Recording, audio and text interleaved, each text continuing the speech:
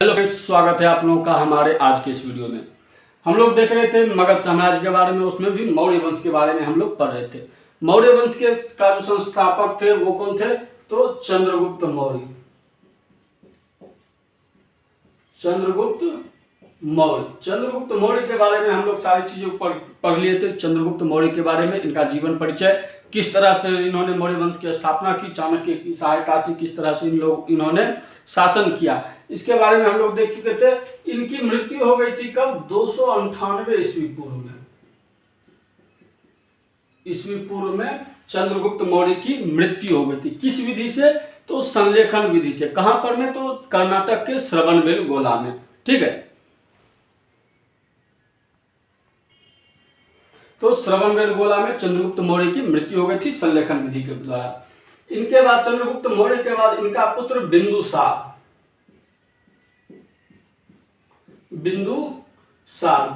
शासक बने। चंद्रगुप्त मौर्य की मृत्यु के बाद कौन शासक बने? तो बिंदुसार। अच्छा, इनका नाम बिंदुसार क्यों पड़ा था?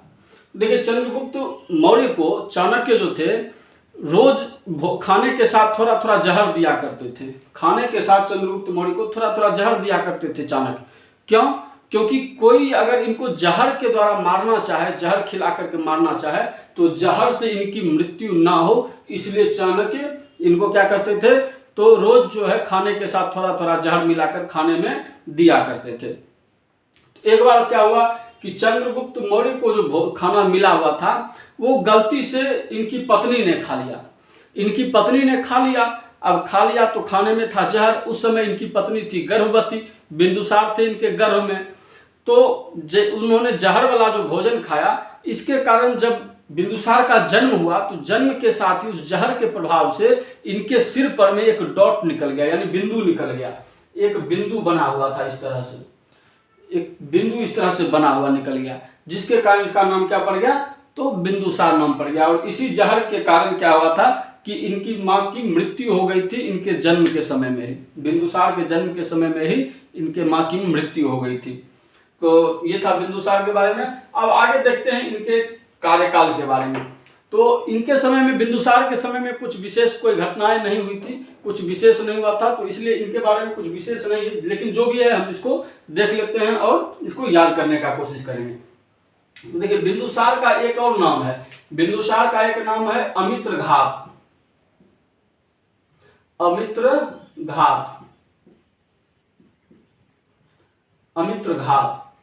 अमित्रघात क्यों नाम पड़ा? तो शत्रुओं का विनाश करने वाला, यानी कि जो शत्रुओं का विनाश करने वाला हो उसे कहा जाता है अमित्रघात। तो बिंदुसार का एक और नाम पड़ा क्या? तो अमित्रघात। ये जो है आजीवक संप्रदाय को मानते थे। आजीवक संप्रदाय,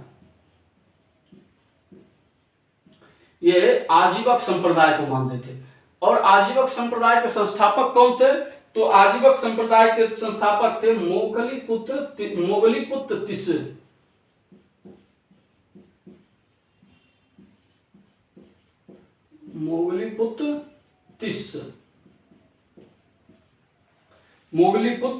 तिस्स थे। कौन? तो आजीवक संप्रदाय के संस्थापक मोखलीपुत्र तिस्स। ये कौन थे? आजीवक संप्रदाय के संस्थापक। तो बिंदुसार क्या थे? तो आजीवक संप्रदाय को मानते थे। चंद्रगुप्त मौर्य किस संप्रदाय को मानते थे? तो चंद्रगुप्त मौर्य जैन धर्म को मानते थे और बिंदुसार आजीवक संप्रदाय को। तो बिंदुसार आजीवक संप्रदाय को मानते थे। इनके समय में सीरिया के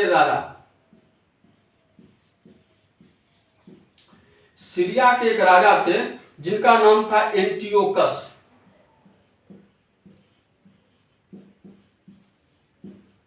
सीरिया के राजा एंटियोकस ने अपना एक राजदूत भेजा बिंदुसार के दरबार में। उसका नाम था डायमेकस। उसका नाम क्या था? तो डायमेकस। सीरिया के राजा एंटियोकस ने बिंदुसार के दरबार में एक राजदूत भेजा अपना, जिसका की नाम था क्या? तो डायमेकस। ये डायमेकस को कहा जाता है। चंद्रगुप्त मौर्य के दरबार में कौन आया था राजदूत बनके? तो मेगास्थनी। चंद्रगुप्त मौर्य के दरबार में क्या कहते हैं, चंद्रगुप्त मौर्य के दरबार में कौन आया था? तो राजदूत बनके तो मेगास्थनीज। और आज बिंदुसार के समय में तो डायमेकस। तो डायमेकस को मेगास्थनीज का उत्तराधिकारी माना जाता है। डायमेकस को क्या कहा जाता है? तो मेगास्थनीज का उत्तराधिकारी इसको माना जाता है। तो डायमेकस जब यहाँ बिंदुसार के दरबार में रहने लगा तो एक दिन बिंदुसार ने इससे पूछा कि तुम्हारे सीरिया में, मतलब तुम्हारे सीरिया में कुछ कोई चीज प्रमुख हो, जो फेमस चीज हो, कुछ वैसा कुछ नाम बताओ जो कि तुम्हारे यहाँ का फेमस हो। तो डायमेकस ने कहा कि मेरे यहाँ 2-3 चीज है फेमस। तो क्या क्या? तो एक तो मीठी शराब, हमारे यहाँ जो सभी जगह पर में सब जगह से बेहतर शराब और मीठी शराब हमारे यहाँ सीरिया में मिलती है, और कहीं नहीं मिलेगा आपको मीठी शराब। तो मीठी शराब एक मिलती है हमारे यहाँ। और दूसरा क्या? तो दूसरा जो है अंजीर मिलेगा हमारे यहाँ, अंजीर हमारे यहाँ का बहुत फेमस है। अच्छा, और तीसरा जो है हमारे यहाँ के दार्शनिक बहुत अच्छे हैं, बड़े विद्वान है हमारे यहाँ के दार्शनिक, यानी फिलोसफर जो है हमारे यहाँ के बहुत विद्वान हैं। तो बिंदुसार ने कहा डायमेकस से कि ठीक है, तुम सीरिया के राजा एंटियोकस को खबर भेजो कि हमको सूखा ये अंजीर, शराब और एक दार्शनिक हमारे यहाँ भेजे। बिंदुसार ने क्या मंगवाया? तो शराब, मीठी शराब, अंजीर और एक दार्शनिक मंगवाया। तो एंटियोकस ने वहां से मीठा शराब, अंजीर दोनों चीज भेजा, लेकिन उसने वहां से दार्शनिक को नहीं भेजा। उसने दार्शनिक की जगह पर एक चिट्ठी भेजा कि हमारे यहाँ के ये धरोहर हैं, हमारे यहाँ विद्या के धरोहर हैं हमारे दार्शनिक, तो हम विद्या का जो है हम व्यापार नहीं कर सकते हैं, तो इसलिए हम अपने दार्शनिक को आपके दरबार में नहीं भेज सकते हैं। तो बिंदुसार ने क्या क्या मंगवाया था? तो शराब मंगवाया था, अंजीर मंगवाया था और दार्शनिक मंगवाए थे। लेकिन एंटियोकस ने क्या क्या भेजा? तो शराब भेजा और अंजीर भेजा था, दार्शनिक को नहीं भेजा था एंटियोकस ने। ठीक है। बिंदुसार को 16 राज्यों का विजेता कहा जाता है। बिंदुसार को कहा जाता है कि 16 राज्यों का विजेता है ये 16 राज्यों का विजेता है। और वायु पुराण में इसको जो है भद्रसार भी कहा गया है। वायु पुराण में बिंदुसार को भद्रसार भी कहा गया है। ठीक है। तो अब ये इसको 16 राज्यों का विजेता भी माना गया है। अब बिंदुसार के समय में क्या हुआ कि उत्तर में कश्मीर के पास में तक्षशिला में क्या हुआ कि वहां के लोगों ने विद्रोह कर दिया। तक्षशिला के लोगों ने क्या किया कि विद्रोह कर दिया कि हमको अब मगध में नहीं रहना है, हमको मगध से अलग होना है, हमको स्वतंत्र होना है। तो ये बात का पता चला किसको? बिंदुसार को। बिंदुसार को जैसे ही इस बात का पता चला तो इसने अपने सबसे बड़का बेटा सुसीम को भेजा। सबसे बड़ा बेटा सुसीम को भेजा कहाँ? तो कश्मीर में, वहां तक्षशिला में, कि वो वहां के विद्रोह को क्या करे कि शांत कर दे। सुसीम को भेजा गया बिंदुसार। सुसीम उस समय वहीं का तक्षशिला का ही राज्यपाल था, ये वहां का राज्यपाल भी था सुसीम। तो इसको भेजा गया, इसको आदेश दिया गया कि वहां के विद्रोह को क्या किया जाए तो शांत किया जाए। ये जब विद्रोह शांत करने गया तो खुद मार खा के वहां से वापस चला है। जब विद्रोह शांत करने गया तो खुद पिटा करके वहां से मार खा के वापस आ गया। बिंदुसार को पता चला तो उस समय अशोक जो है अवंती का राज्यपाल था। अशोक कहाँ था? नीचे में अवंती के पास में, अवंती राज्य में उसको क्या था, वो राज्यपाल बन के वहां पर नियुक्त था। तो बिंदुसार ने अशोक को खबर भिजवाया कि वहां तक्षशिला जाकर के वहां पर जो हो रहे विद्रोह को क्या करे कि शांत करे। अशोक तुरंत निकल गए वहां से, तुरंत निकला, वहां से पहुंचा कहाँ? तो तक्षशिला। और तक्षशिला में 2 दिन में पूरा एकदम माहौल शांत कर दिया, सारा विद्रोह शांत कर दिया। खबर भेज दिया बिंदुसार को कि यहाँ का विद्रोह शांत हो चुका है। अब बिंदुसार टेंशन में कि 2 दिन में सुसीम गया, ये मार खा के वहां से आ गया, आई गया 2 दिन में वहां विद्रोह शांत करा दिया। सो कैसे? पूछा तो कहा सिंपल सा बात है, गए जो भी विद्रोह कर रहा था सबका जो है सो सबको समाप्त कर दिए, विद्रोह करने वाले को ही समाप्त कर दिए, विद्रोह करेगा कौन? यानी कि वहां पर में इसने, अशोक ने जाकर के दमनात्मक विधि से एकदम जो है वहां पर में क्या किया तो विद्रोह को तक्षशिला में शांत कर दिया। और वहीं पर में श्रीनगर राज्य की स्थापना की। श्रीनगर श्रीनगर राज्य की स्थापना किसने की? तो अशोक ने वहां वहीं पर में श्रीनगर राज्य की स्थापना की, जम्मू कश्मीर में ही। तो किस तरह से वहां पर में विद्रोह को शांत किया? तो बड़े ही क्रूरता पूर्वक वहां के विद्रोह को, जितने भी जो भी विद्रोह कर रहे थे सबको क्या कर दिया? सबको मार दिया, यानी सबको समाप्त करके वहां पर में विद्रोह को क्या किया? अशोक ने समाप्त कर दिया विद्रोह को, और वहां पर में श्रीनगर की स्थापना की, वहीं पर में श्रीनगर राज्य की स्थापना की। किसने स्थापना की? तो अशोक ने स्थापना की। ठीक है, तो अब इसके बाद बिंदुसार के बाद जो अगला जो शासक बने, अगला शासक बना अशोक। बिंदुसार के बाद अगला शासक कौन बना? तो अशोक। बिंदुसार के समय में बस इतना ही घटना बिंदुसार के समय की है, विशेष इससे अधिक कुछ नहीं है बिंदुसार के समय में। तो ये एक, इसका नाम अमित्रघात था, भद्रसाल था, ये आजीवक संप्रदाय को मानता था। इसके समय में सीरिया नरेश एंटियोकस ने डायमेकस को भेजा था, कहाँ? तो बिंदुसार के दरबार में। बिंदुसार ने उससे अंजीर, शराब और दार्शनिक मंगवाए थे, जिसमें इसने शराब और अंजीर भेजा लेकिन दार्शनिक नहीं भेजा।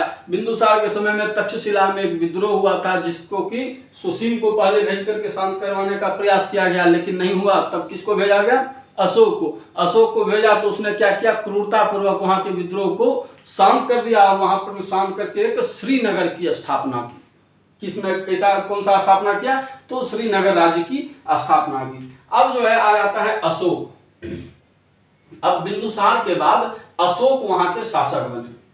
बिंदुसार के बाद कौन? तो अशोक वहां के मगध साम्राज्य के शासक, मौर्य वंश के अगले शासक कौन बना? तो अशोक।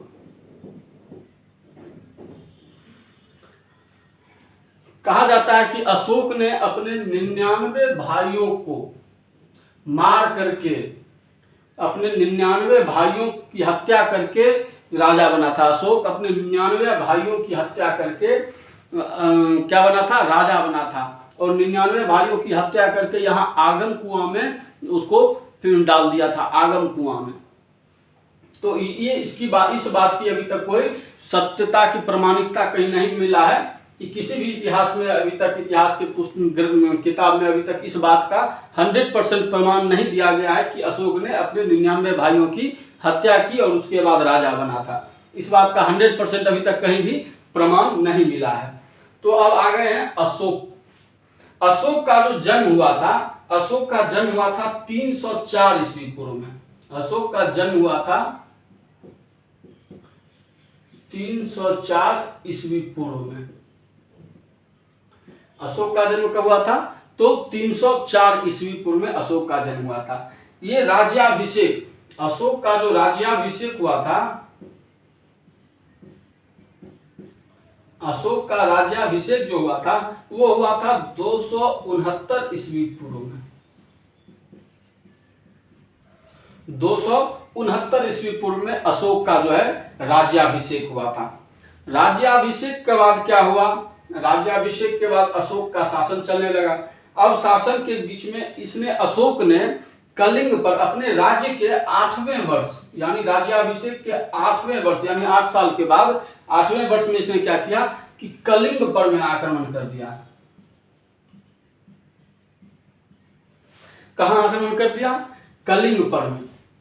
देखिए कलिंग में क्या था कि कलिंग, एक तो लकड़ियां वहां बहुत अधिक थी, लकड़ियों वहां अधिक मात्रा में लकड़ी मिल जाते थे, जिससे क्या होता था पहले के वहां लकड़ियों का अधिक उपयोग किया जाता था। दरवाजे में, घर में, फर्नीचर में बहुत तरह से लकड़ियों का उपयोग किया जाता था। तो लकड़ी थी, और दूसरा था अशोक को हाथी चाहिए थे, हाथी। और कलिंग में हाथी बहुत अधिक मात्रा में हाथी मिलते थे। कहाँ? तो कलिंग में। तो अशोक ने कलिंग को आदेश भिजवाया, कलिंग में एक पत्र भिजवाया कि कलिंग या तो अपनी इच्छा से अधीनता स्वीकार कर ले मगध की, और नहीं तो युद्ध के लिए तैयार हो जाए। तो कलिंग का भी जो राजा था वो था स्वाभिमानी राजा था, तो ये क्या हुआ? युद्ध के लिए तैयार हो गया। तो युद्ध में अशोक ने कलिंग पर आक्रमण किया और कलिंग में पूरी तरह कलिंग को एकदम बर्बाद करके रख दिया। इतना नरसंहार हुआ कलिंग में, इतना नरसंहार हुआ कि उसी युद्ध के बीच में अशोक को मन में लगा कि ये बहुत गलत हो गया, ये बहुत गलत हो गया हमसे। वही उसी समय अशोक का हृदय परिवर्तन हो गया, इसी युद्ध में ही, कलिंग युद्ध में ही। तो कलिंग में, केवल कलिंग में पुरुषों क्या ही नहीं, महिलाओं का, बच्चों का इतना अधिक नरसंहार हुआ, इतना अधिक नरसंहार हुआ कि अशोक का हृदय जो है सो वहां पर पिघल गया। अशोक जो है वहां पर में एकदम क्या कहते हैं उसको, हृदय परिवर्तन हो गया अशोक का। और उसके बाद क्या हुआ कि कलिंग का जब युद्ध जीतने के बाद जब वहां से वापस आया तो सोचने लगा कि हम ये क्या किए, कलिंग पर आक्रमण करके हमको मिला क्या, मेरा क्षेत्रफल थोड़ा सा बढ़ गया और क्या हुआ, लेकिन इतना अधिक नरसंहार हुआ, इतना अधिक जान की हानि हुई है कि इसका भरपाई कई वर्षों तक नहीं किया जा सकता है। इसकी भरपाई कई वर्षों तक नहीं की जा सकती। इतनी हमारी अर्थव्यवस्था चौपट हुई कि इसकी भरपाई आगे बहुत समय लग जाएगा इसको पूरा करने में। कलिंग के आक्रमण के बाद, वापस आने के बाद इसका क्या हुआ, हृदय परिवर्तन हो गया। किसका, तो अशोक का। और अशोक ने प्रतिज्ञा ली कि अब मैं कभी भी शस्त्र नहीं उठाऊंगा, यानी मैं कभी हथियार नहीं उठाऊंगा। हथियार अच्छा, इस संकल्प से पहले इसने मतलब कि देखा कि इसका एक भतीजा था, इसका भतीजा था जिसका कि नाम था निग्रोध।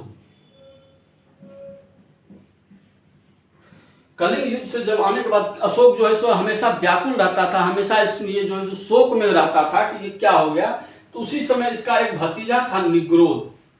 निग्रोध को देखा कि ये हमेशा शांत रहता है, प्रसन्न रहता है, ऐसा का है। तो उससे पूछा कि तुम इतना मतलब प्रसन्न और इतना शांत क्यों रहते हो, कैसे तुम इतना शांत रह पाते हो। तो कहा कि कुछ नहीं है, हम बौद्ध धर्म के अनुसार, बौद्ध धर्म को मानते हैं, उसके अनुसार हम अहिंसा से दूर रहते हैं, अष्टांगिक मार्ग का पालन करते हैं, दसों शील का पालन करते हैं। तो जिसके कारण हम क्या हैं, तो हम हमेशा प्रसन्न रहते हैं, हमको कभी क्रोध नहीं आता है। अशोक पूछा कि अच्छा पूरे डिटेल से बताओ कि कैसे क्या मतलब है इसमें। तो निग्रोध कहा कि हम तो केवल उपासक हैं, हम बौद्ध धर्म के केवल क्या हैं, उपासक हैं, कोई संत नहीं है बौद्ध धर्म के। तो इसने, निग्रोध ने एक संत के यहाँ अशोक की मुलाकात कराई, संत से, जिसका कि नाम था उपगुप्त, जिसका नाम था उपगुप्त। अशोक की मुलाकात कराई किससे, तो उपगुप्त से। और उपगुप्त के प्रवचन सुनने के बाद, उससे मतलब उसके बातों को सुनने के बाद अशोक ने क्या किया कि बौद्ध धर्म को स्वीकार कर लिया। खुद से क्या किया कि उसने उपगुप्त के बातों को सुनकर, उसके प्रवचनों को सुनकर और निग्रोध की बातों को सुनकर उसने क्या किया कि बौद्ध धर्म को अपना लिया। कौन, तो अशोक बौद्ध धर्म को अपना लिया और संकल्प लिया कि आज से मैं कभी हथियार नहीं उठाऊंगा, मैं क्या करूंगा, कभी हथियार का उपयोग नहीं करूंगा, शस्त्र का प्रयोग नहीं करूंगा। इस बात का क्या किया, अशोक ने संकल्प ले लिया, संकल्प ले लिया। उसके बाद क्या किया कि अशोक ने अपने बौद्ध धर्म को तो स्वीकार कर ही लिया, और बौद्ध धर्म के प्रचार हेतु, बौद्ध धर्म का प्रचार करने के लिए, बौद्ध धर्म को लोगों में विकास करने के लिए, लोगों तक फैलाने के लिए, पहुंचाने के लिए इसने क्या किया कि तीसरी बौद्ध संगीति,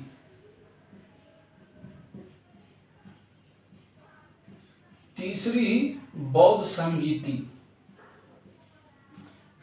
बौद्ध संगीति का आयोजन करवाया। कहां, तो पाटलिपुत्रा में तीसरी बौद्ध संगीति का आयोजन कराया। किसने, तो अशोक ने। कहां, पाटलिपुत्रा में। और इसने क्या किया, तो अपने पुत्र महेंद्र